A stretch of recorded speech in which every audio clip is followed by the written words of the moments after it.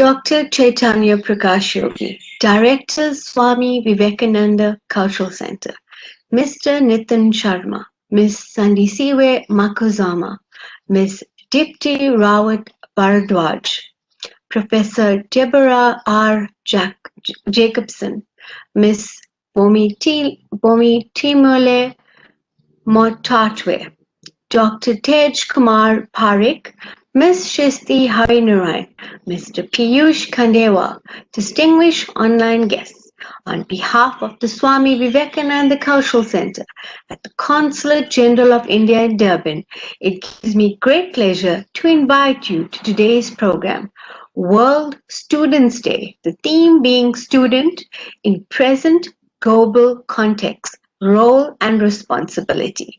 World Students' Day is a celebration of multiculturalism, diversity, and cooperation among students across the globe.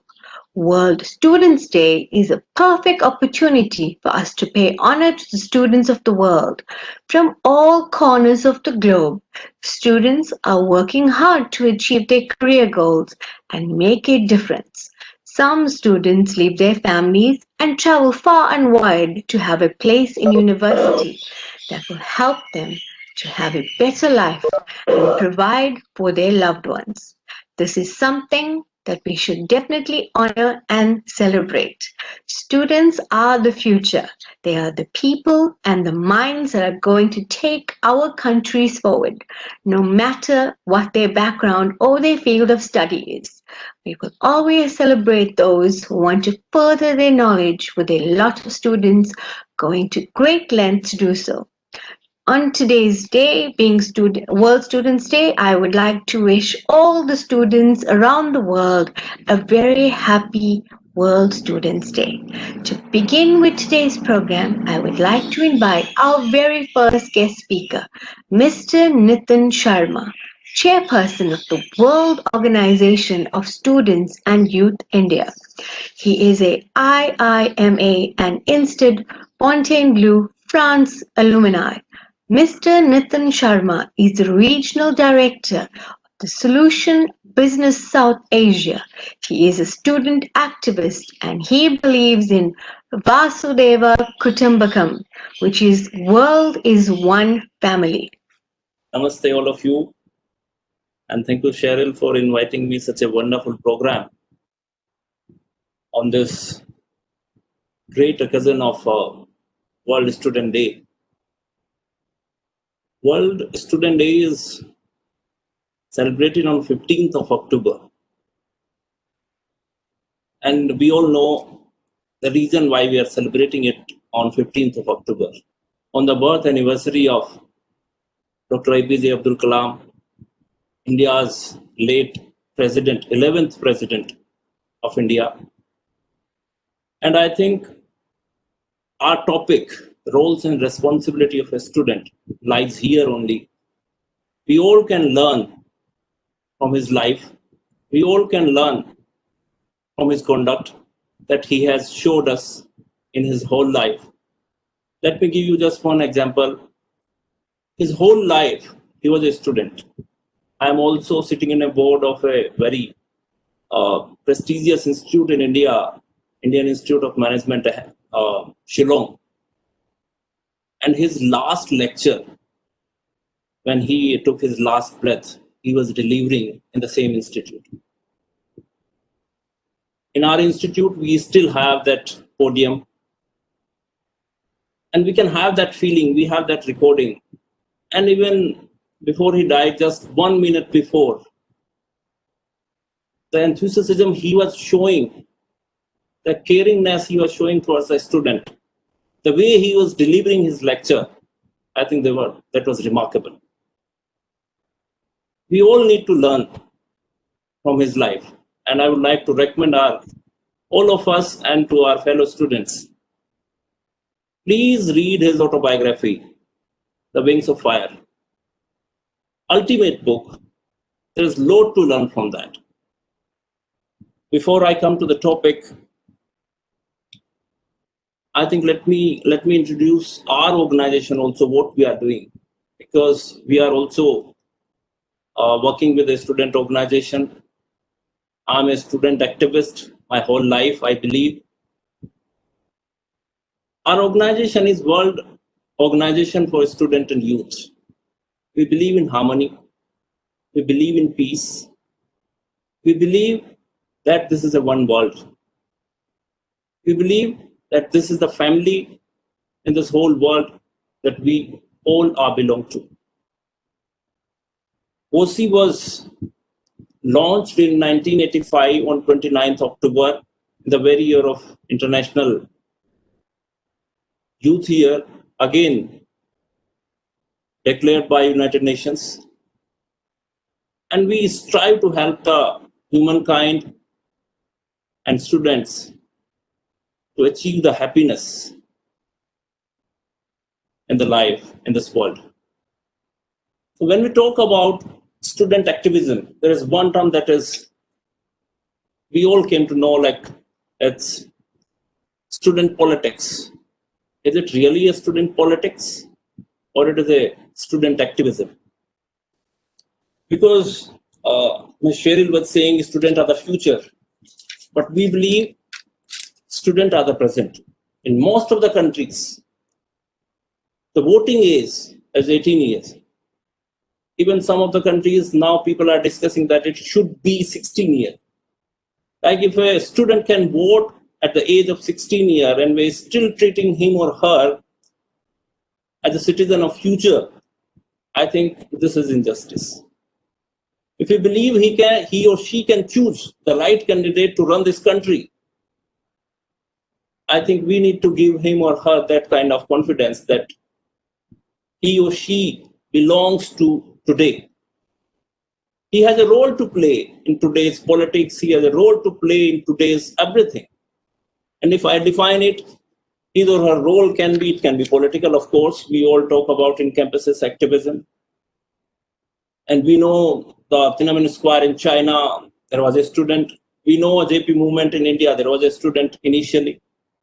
Bologna University, Oxford University, it has a history of student movement and that leads to the political activism.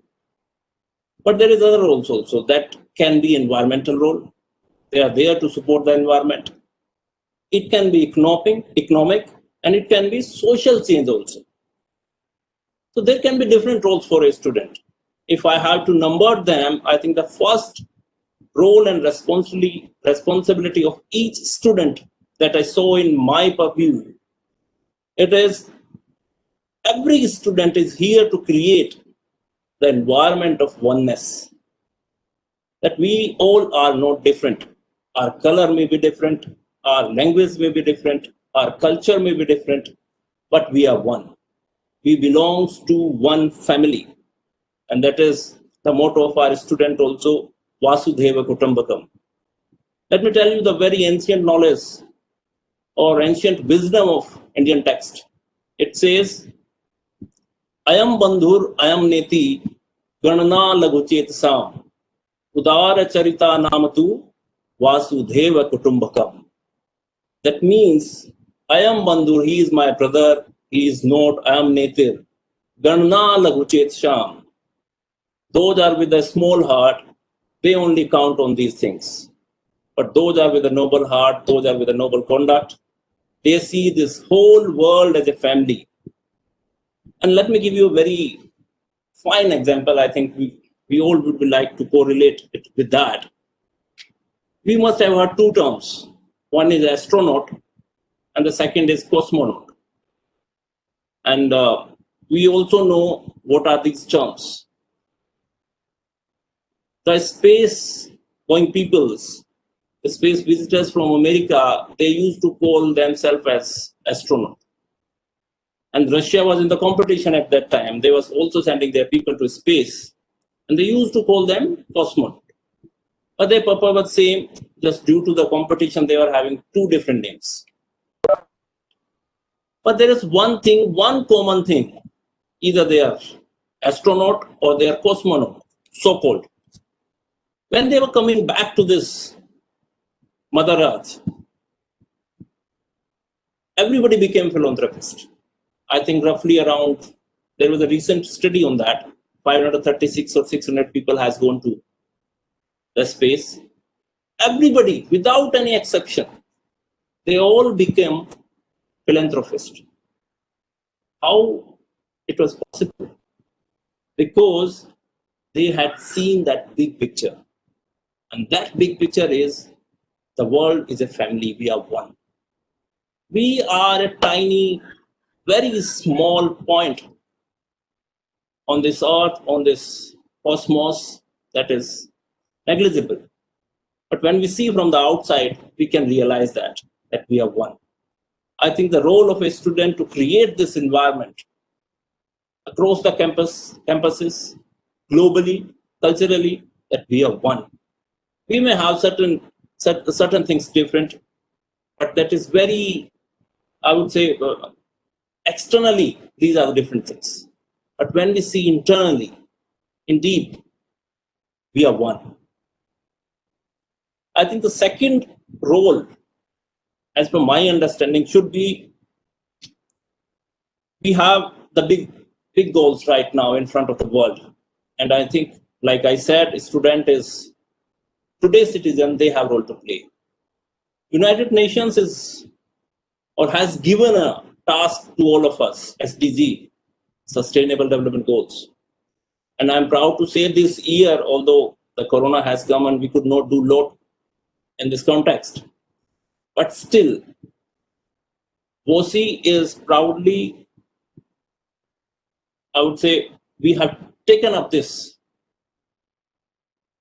development goals in our agenda, the main agenda that our student is working towards to achieve social development, sustainable development goals. I think this is one thing where all students, they need to focus. They need to work towards that because this is our country, this is our home, this is our world. So this can be the second role that they need to play. The third, I think every student need to encourage the mobility, the cross-cultural talk, information sharing, knowledge sharing, and then I think thanks to these kind of platforms, Cisco, Google Meet, Zoom, I think somebody is sitting somewhere in South Africa, someone is in Parikh is in USA, I'm in India, Deepti is in India. I think these are the platforms, those are enabling information and knowledge sharing. If we have something, let's do something for the humanity. Do something that is required to this whole world. Fourth thing, I would say, students are also supposed to develop local solutions for the social cause. There's a lot of apps in India with this, even in this corona times, students have developed. And these apps are helping a lot at local level. Even one very good story here, one student has developed a education app. And that app is downloaded a number of times, and especially in rural India, because it is taking very low internet thing, and then it's working really well in rural India. I think these are the things that the students need to do. Fourth thing, I would say, students are change maker. So they need to show this. They need to be always vigilant. They should feel this, our role is today, not tomorrow. When this feeling will be there, then only they can do something positive. So these are the things that I feel students are supposed to do. Students should participate in all these activities. And of course, my firm belief is student can add value, not only to their education, but when they are taking education, they can add value to the society. They can add value to this political environment. They have the voice. They can add value to the whole system, the whole ecosystem. So with this, I think I would say thank you to Mr. Chaitanya Yogi. I would say thank you to Cheryl Panwarilal. Thanks a lot for inviting me, and thanks for sharing all this wisdom and knowledge that I'm going to witness today. Thanks a lot.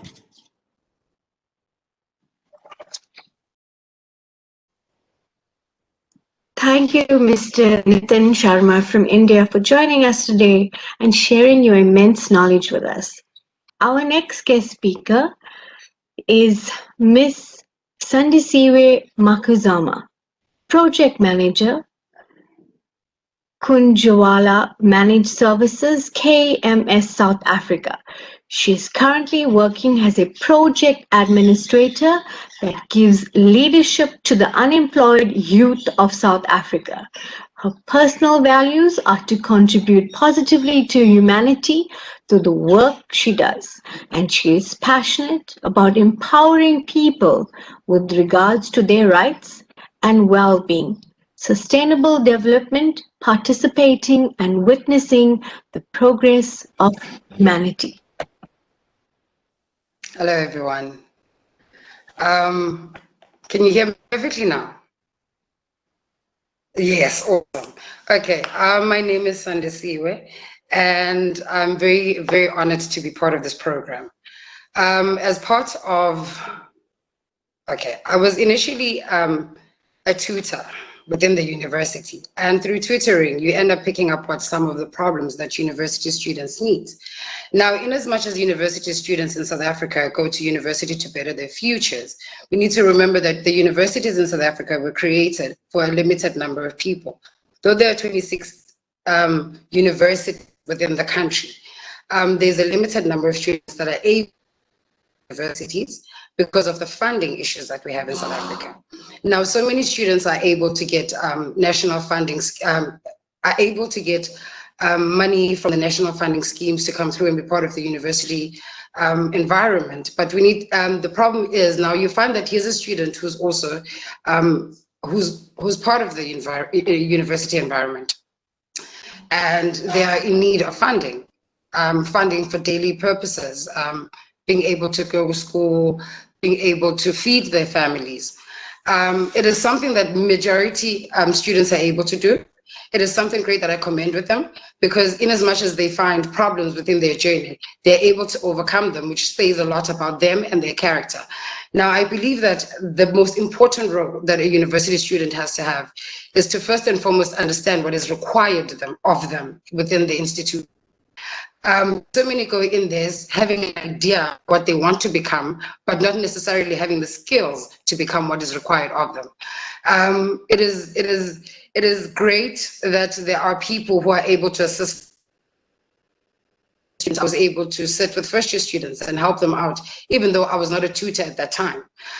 It is something that I believe that a lot of lecturers and students as well should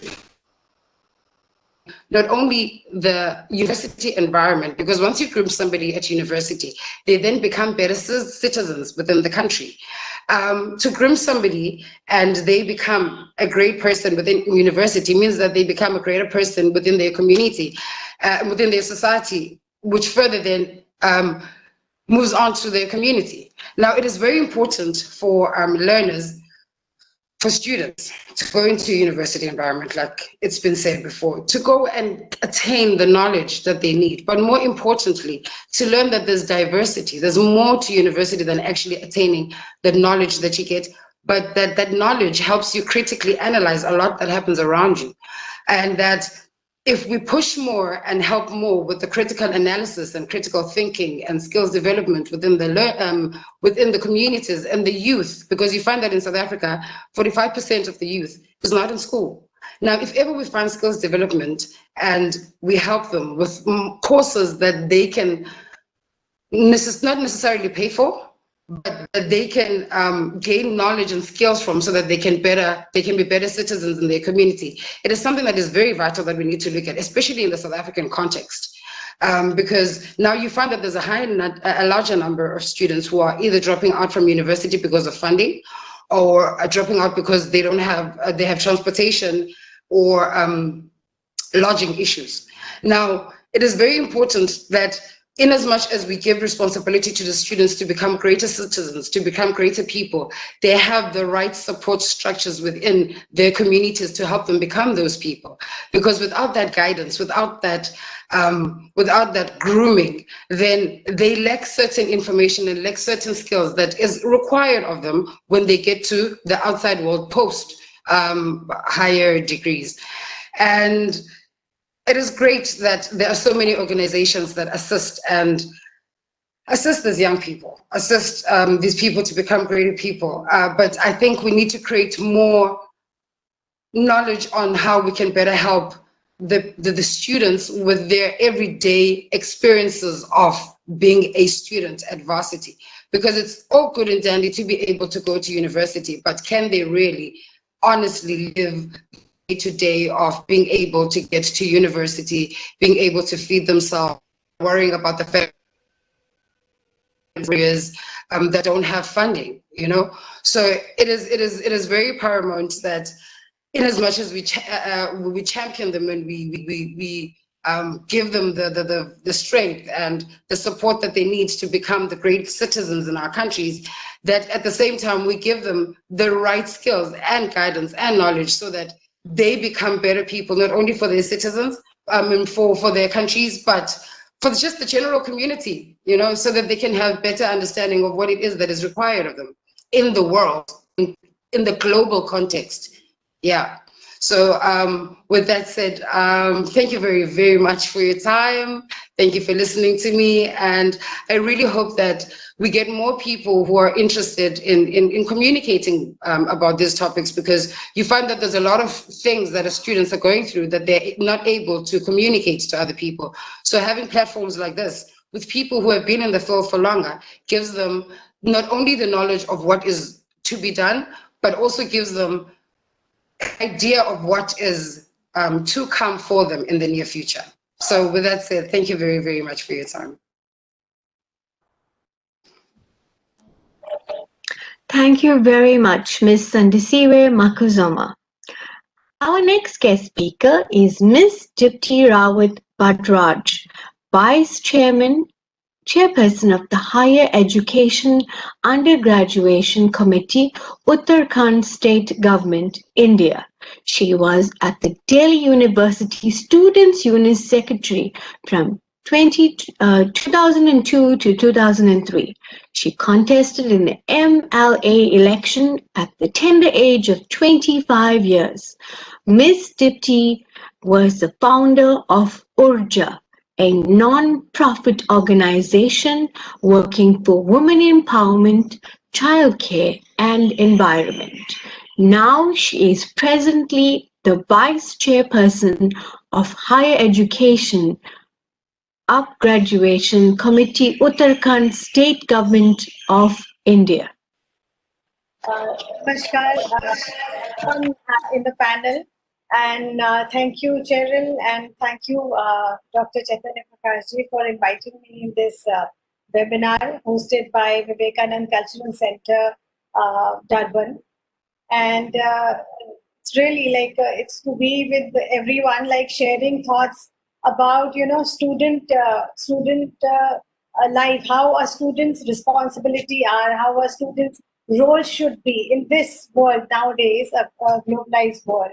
So everybody knows, we all know that a student's life is like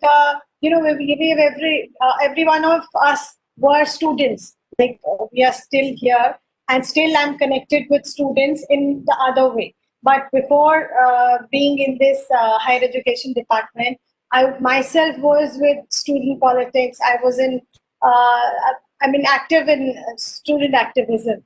And so I know many problems, which students face when they are in universities, when they are in college, and especially at home also.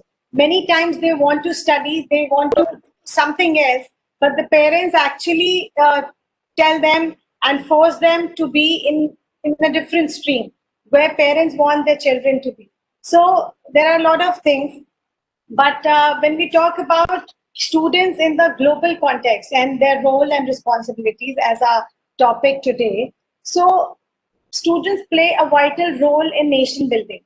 And nation building doesn't mean that building it with, help of mason, or building it with some machines or something. It is building means bringing a positive change in your own country, in the place, in your own state, in your own society, in your own university, where they are placed, wherever you are. I mean, wherever a student is. So that is nation building work. And I think students should work towards nation building. And this is what my ideology is. And I believe, and we have been working in this ideology only, that student has got a lot of energy and it can be used positively as well as negatively also. I mean, both ways energy can be used. So the positive thing and the positive energy which it can be used, it can be used as a nation building activity. But if we see, there are a lot of destructive activities also around the world when we see, and students are attracted towards those activities also. And there are many terrorist organizations which are attracting, which are luring these students to be part of their destructive ideas and destructive ideology. So these are the terrorist hardcore organizations, and they have sleeper cells around the world and with different names.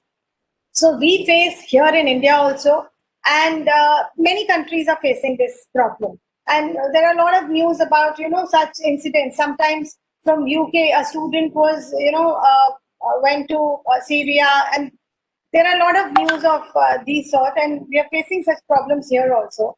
So this is the thing that our role should be, and a student's role should be to the student's basic role is to work hard, to study, to get herself or himself engaged in any kind of business or job or something like that.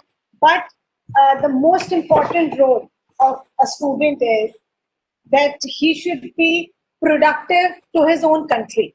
And the future of any country depends upon its students, how its students are, how the youth of that country is, and what kind of what kind of children there are. And one great man rightly said one thing, that give me the children and I will change the nation. So this is so true, that if you give children to someone, so children can bring change, students can bring change. Like Nitinji prior to me said, rightly said this, that students are change makers. They are change makers, and they have to be, but they have to lead now. They have to lead. It's just that when you see the population wise, if I talk about India, if you see that we have like almost 60% of our population is like, it's a young population, young people. We have young people. But when you see in parliament, the ratio is completely different. When you see in parliament, if you see, then we have almost 6% of our parliamentarians are youth. And around the world also, I will give you one data, that if we see around the world, more than, almost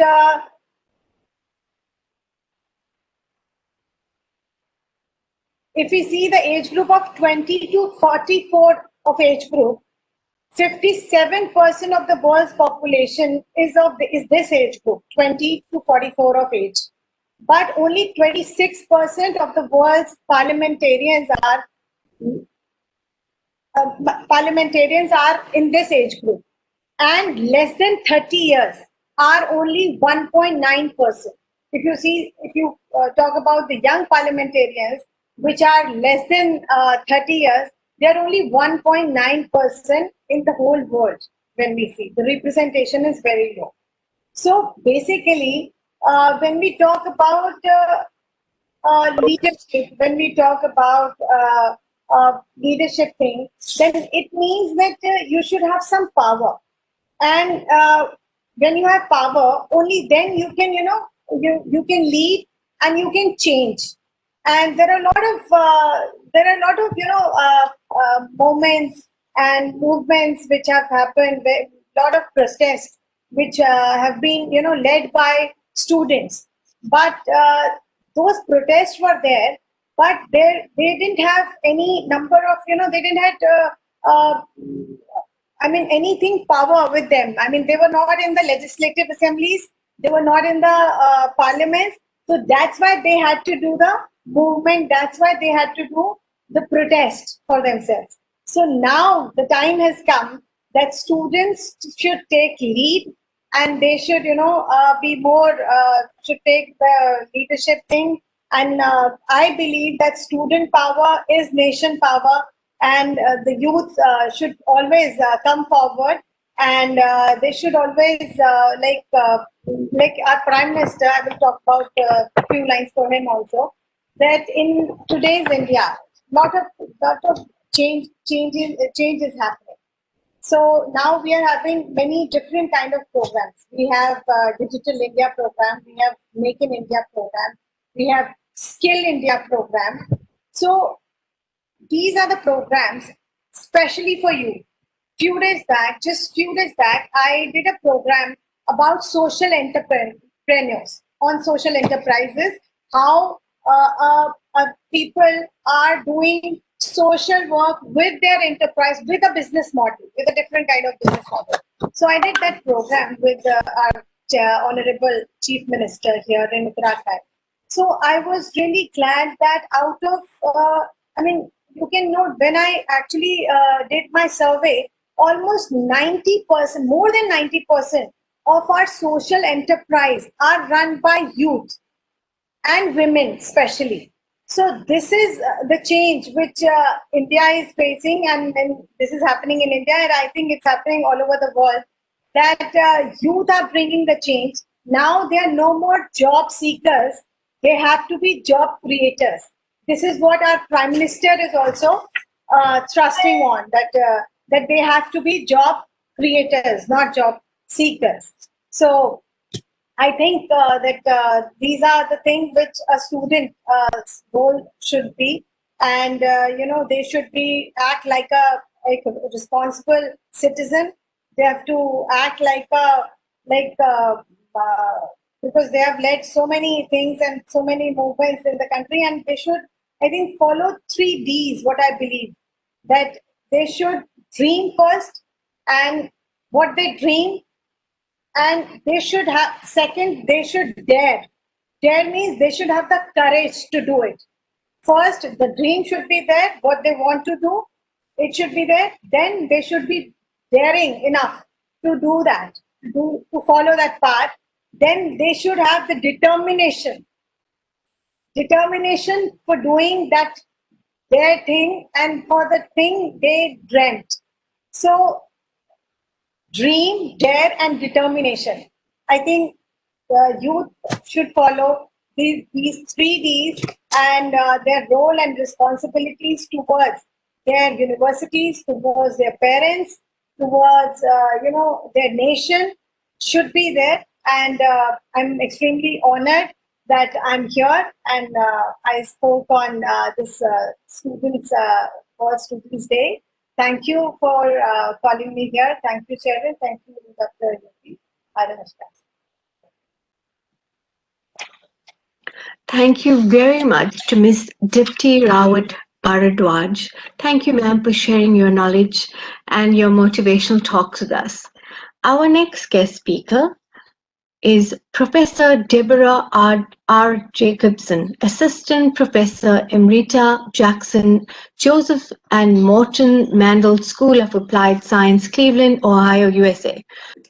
Thank you. Sciences are so powerful for our students.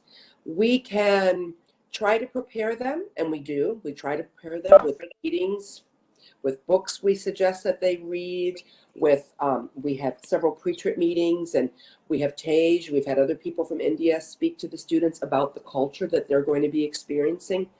But in reality, nothing can prepare our students for the experience they're going to have in India.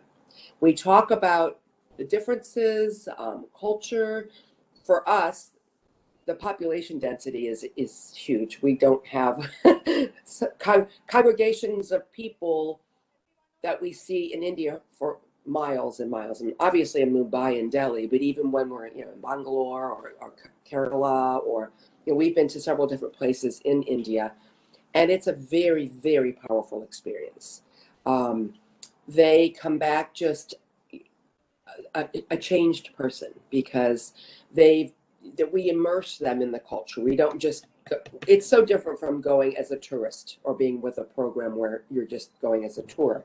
We go into the villages, we go into the organizations, we spend time in organizations that meet needs for children, for people with disabilities, for people with mental health.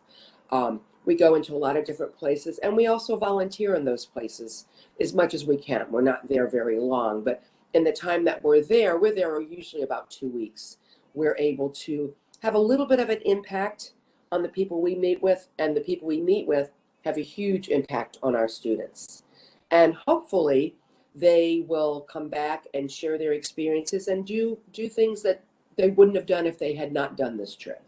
In fact, I can speak to one person in particular who now works in DC and works with all different kinds of problems to help people internationally. So a lot of people go on to do international work that they would not have if they had not had the experience with us in India. One of my areas of interest, and Tej as well, Tej Parikh, is yoga and the practice of yoga. And obviously we know that its roots are in India. So we've gone to several organizations. We went to a yoga university once when we were there also. But the program is so impactful. As I said, no matter how we try to prepare the students, we tell them to expect the unexpected. We can't, as much as we try, really prepare them for what they're going to be seeing, experiencing, witnessing, because it's I'm sorry, that's the other phone ringing. It's very experiential. It's unlike reading a book or article or having a lecture or presentation. They are immersed the minute they get off the plane until they get back on the plane again 2 weeks later. And take buses, trains, all different kinds of ways to travel throughout the country, and not only to be immersed in the culture and meet with people that are on the ground. We do meet with organization leaders. We taste wonderful food. You'll never taste Indian food in the US like you have in India. In fact, it's Indian food for 2 weeks, 3 times a day, and it's just amazing. So it's a truly immersive experience. And I was at the university for almost 30 years. I would say taking students to India was the highlight of my time at the university. And I've taught on the ground courses, mostly research courses. I've taken students to other parts of the world on study abroad programs, but there's nothing like spending time in India with a group of students and sharing the experience with them. Then we also come back from the program and they write a paper about their experience, and we meet, have a post-trip meeting to share and reflect what was special for them and what were some of the highlights for them. We have often students, when we're in India, cry because they've just never seen or experienced anything like they've experienced in India. I remember one of the programs we went to Benindran, I think I'm saying that right, Benindran, and went to a temple, and just an amazing experience, just absolutely amazing. So I'm very honored and privileged and grateful for the experiences I've had, and I hope other students will take advantage and travel around the world. I hope that people from India, as much as they can visit with us and come over to the US and experience a different culture. It's very different, and I think you become a much better person. In fact, one of the things I'll say is that if you were to ask me, how can you describe what social work is in a few sentences? It is person in environment. With psychology, you study the individual. With sociology, you study society. But person in environment, you have to understand the person's family, culture, religion, background to really understand that person. So to understand the environment that a person lives in, nothing can prepare you better for understanding than going to another country and seeing how culture influences behavior, the way society, family, other individuals influence a person's behavior. Culture influences tremendously. And I don't think you're aware of that until you leave your own culture. I don't think, in fact, one of the other things I'd like to suggest is not only do students learn about another country, another culture, they learn a lot about themselves because they're not even aware how they're influenced by our culture, by our politics, by our rules and regulations that we have that we don't even think of. We just take for granted because we live here and nowhere else. You go to a place like India and you question your own culture. You question why we do some of the things we do, why we have some of the laws, some of the regulations, some of the practices that we do. And so it really helps a person going to India not only to understand and learn about the Indian culture, they learn a lot about their own culture and they learn a lot about themselves. Because it's you can't, like I said, you can't really prepare a student for going to another country. You do your best, but you let them know there's going to be lots of surprises along the way and a lot of self-discoveries and a lot that you learn about yourself. I will end with one other thing that I think is really, really helpful. As someone who enjoys yoga and yoga philosophy, and a big part of yoga is mindfulness and living in the moment. When you're in another country, you can only live in the moment. There's no place else you can be but in that moment and that at that time to really be immersed and get what's so and value, be able to value and get so much from the country that you're visiting. And I hope we can do that to reciprocate for students that come here as much as we can. We try to. Thank you very much, Professor Deborah R. Jacobson, for taking time off your busy schedule and joining us today. Our next guest speaker is Ms. Bochimelo Mo-Tatwe. She is the Head of Programs at Business and Arts South Africa. Ms. Bomitilo is the Head of Programs at Business and Arts South Africa, which is known as BASA. She is also a trained performer, facilitator, arts manager, and in 2019, she made the Mail and Guardian 200 Young South Africans list, which is an arts and entertainment feature. In 2017, she was selected for the BASA Award for the Cultural Leadership and Management in Cultural Economy. She has served on the board of the Pan-African Youth Network. She also holds a master's degree in Cultural Policy and Management and an honors degree in Dramatic Art, both from the University of Witwatersrand. Thank you. Thank you so much. Thank you for that wonderful introduction, Cheryl, and thank you so much to your colleagues, Dr. Yogi, and everyone at the consulate for inviting me and finding me ready to be part of this event today. Initially, I was very nervous. I think I had said to Cheryl, no, I don't think I'm the right person for this. The last time I stepped in the university lecture hall was 4 years ago, and I was feeling a bit like maybe I'm not suited or aligned for this particular event today. And my colleague said to me, well, Dumi, you are the right person. You continue to be a student of life, and that is worthy enough. And I started to think about just that interaction and what was happening when an invitation came through and one was feeling like they're not worthy of this space, not worthy of this platform, and started to think about some of the challenges as a young student at Wits University, just navigating a new environment, new concepts, finding a place at the university. And actually I was like, maybe I am the right person because I have been a student in the literal sense, but continue to understand some of the various challenges that as students and as people we face on a daily basis. And part of the work that I do at Business and Arts South Africa is really to create platforms and spaces through which those students, those young people who are unable to access these institutions of higher learning still get an opportunity to learn, to attain skills, as well as a community through which, knowledge sharing and skill sharing can happen. A lot of you might know that the creative sector is one of those unorganized or perceived to be unorganized, and skills are very paramount, especially in a space where people are seeking fame and wanting to be on TV and on stage, but not really looking or being able to meaningfully participate in the creative economy in a sustainable way. So these platforms become very, very important, so that artists and creators are able then to be able to contribute to society in that way.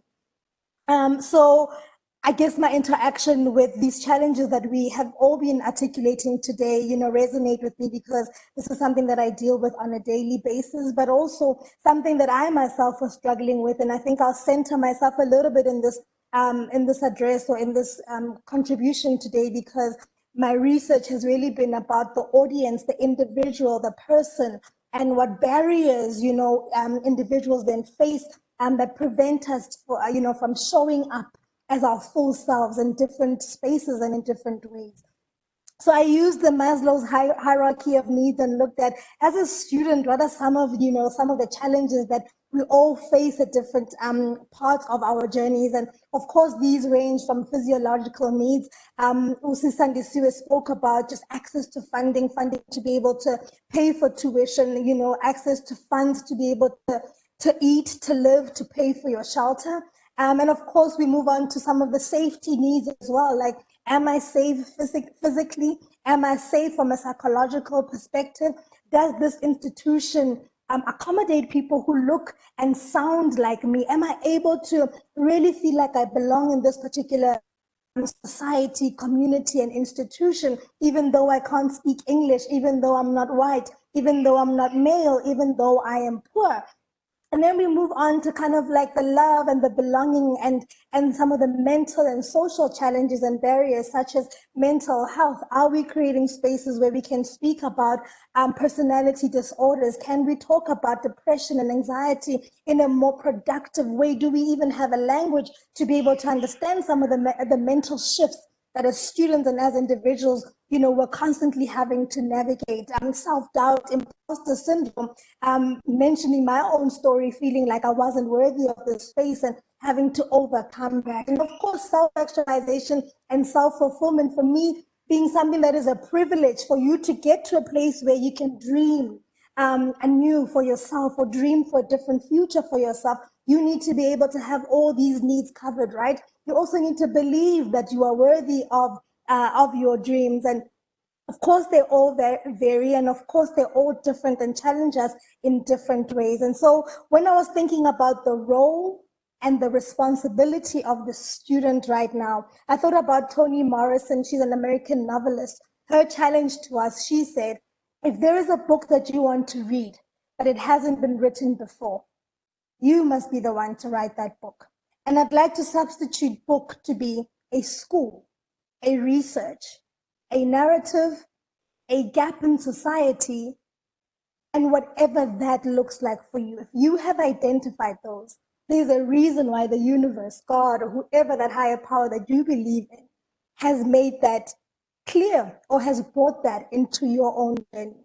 And I think the challenge for us today is to really look at, if these challenges exist, if this is something that I have experienced in my own student journey or in my own life, how can I then use this challenge as an opportunity and as a responsibility? Brene Brown speaks about lean into the discomfort of the work. The discomfort of the work is saying, I have been challenged by imposter syndrome. I've been challenged because I've been excluded from a university. I've been challenged because I've had to sleep in a room. How can I use this challenge as an opportunity for me to drive a new narrative, to propose a new structure, to birth a new idea, to innovate in a different way? And so the challenge that I'm bringing to all of us as students today, students in the literal sense, students of life, is to say, we are the ones we've been waiting for. What is it that you already have? What is it that you already know? What assets are around you in your society, in your community, And how can you use all of those to create a new future, to create a new path, to create a new narrative that allows us to show up in different spaces in a different way? When I was doing my master's, I remember feeling like, no, I will never complete this. And it's because I didn't think that I was worthy. I didn't think that I'd be able to do it in the way that others were doing it. Up until my supervisor said to me, Dumi, you can, you are able, and you are worthy. Fast forward 4 years later, I am now running a whole department which says, or the responsibility that I have right now is to create opportunities for women, for youth, for artists, for people like myself who thought or who think they are not worthy, capable, or even able to be able to access such platforms and spaces. And I'm very, very excited to be doing and working in this way on a daily basis, making sure that more people are included, that we're driving access and equity and diversity in a more deliberate way.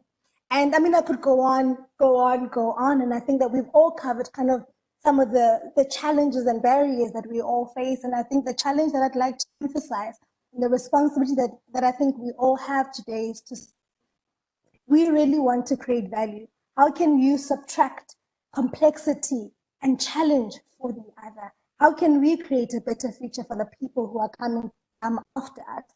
We have the responsibility to leave the society, this space, these institutions in a better way than we found them. And I want to emphasize it again, we are the ones we've been waiting for. What is that challenge and how can we turn that into an opportunity? I thank you.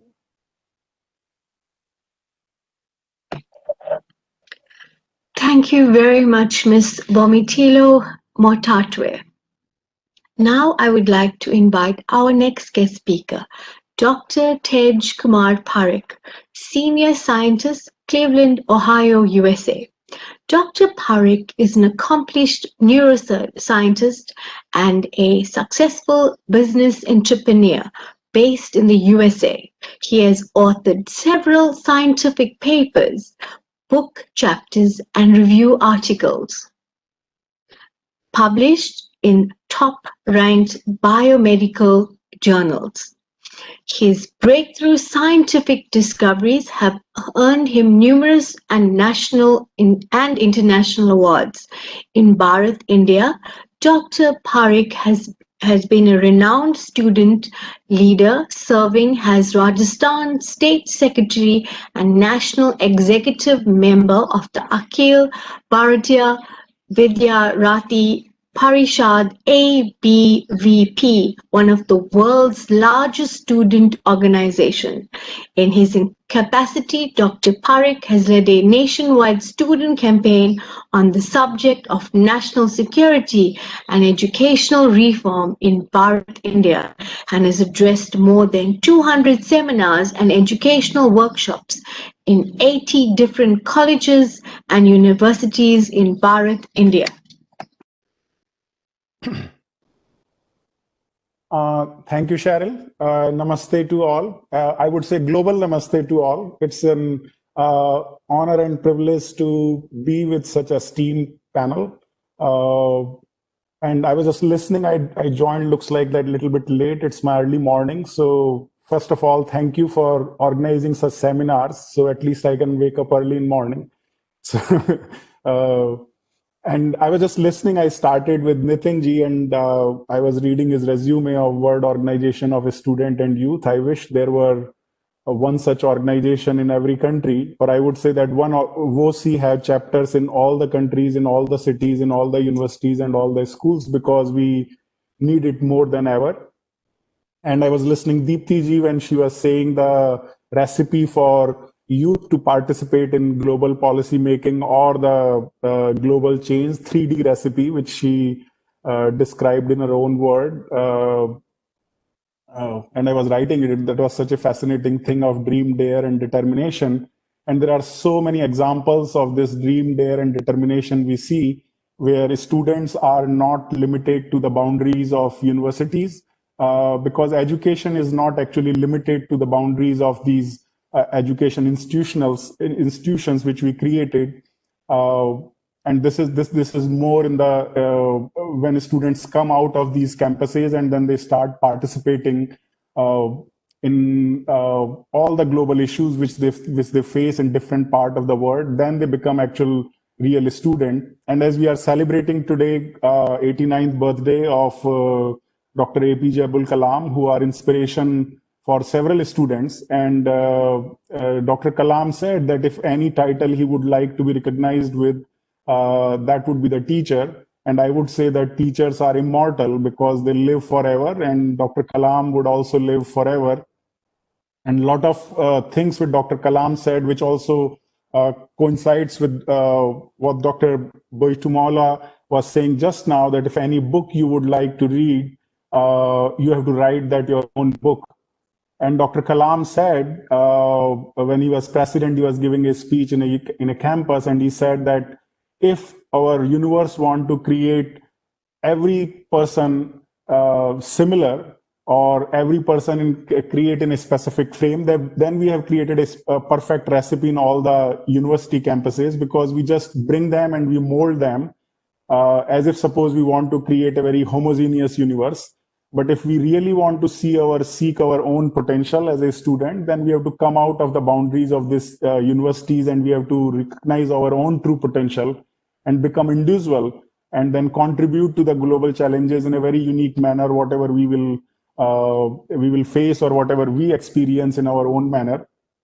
I think a lot of great things have been said by different speakers, so I will not go into another advice for students. I consider myself as a student, and as a neuroscientist, I can tell you that why student life is important, because our neurons are quite immature. We are just still making new connections of neuron when we are in our childhood. So we are not mature enough. And when we become old age, specifically in my age, then we are very hardwired neurons we have. So we don't accept any new learnings. We actually decide to give solutions to people. If anyone will come to us, we have a solution to them. So we don't explore.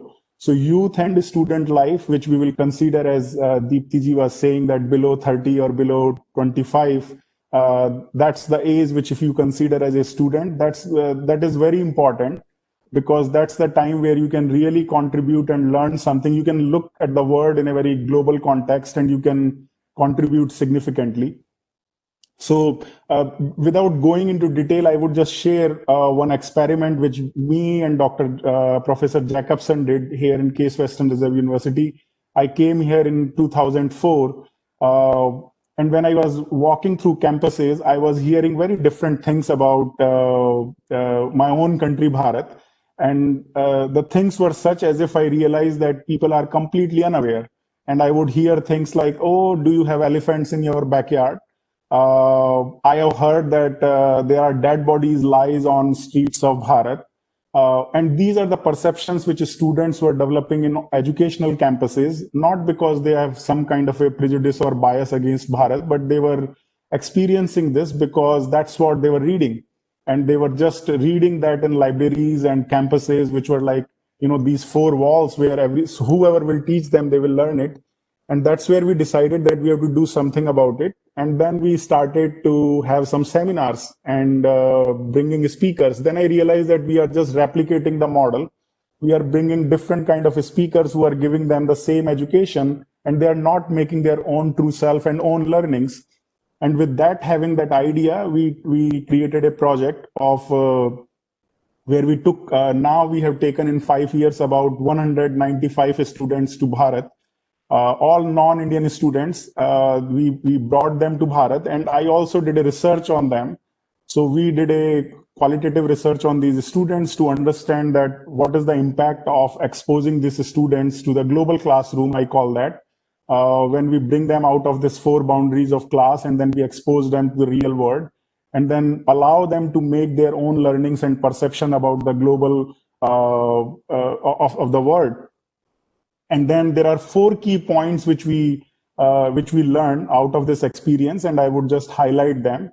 So one thing which happens once students are exposed to this global environment, there is something called appreciative self-introspection.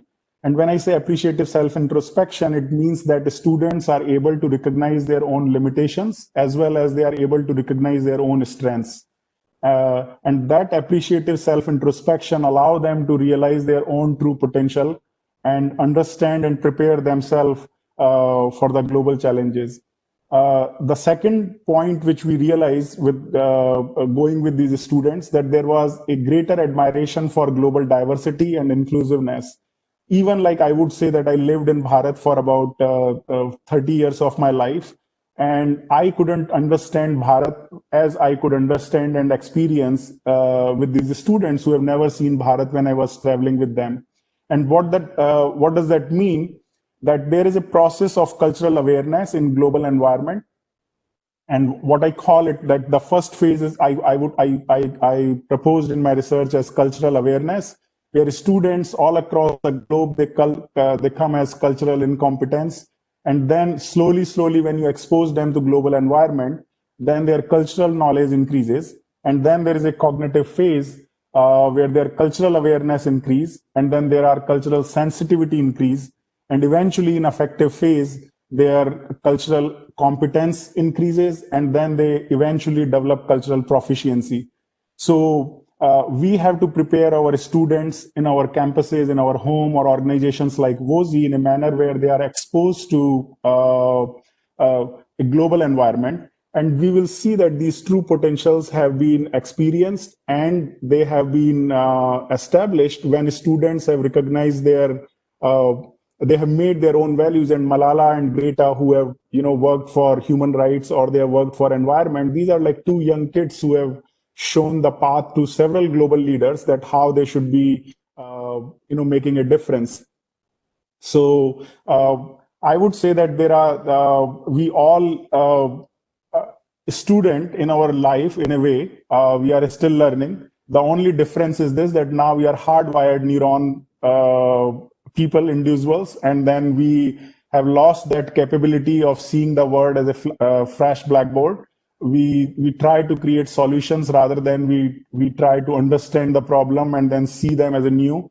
So I think this is a great forum, and I'm very indebtful for Durban Cultural Council, Vivekanand Cultural Council, and Dr. Yogi, who is inspiring all across the globe panelists like us, as well as through these webinars, several youth who will be experiencing and learning from young leaders like Deepti ji. Deepti ji was saying that there are only 1.65 young parliamentarians out of 50% of youth population. I'm glad that I'm sitting with one of them.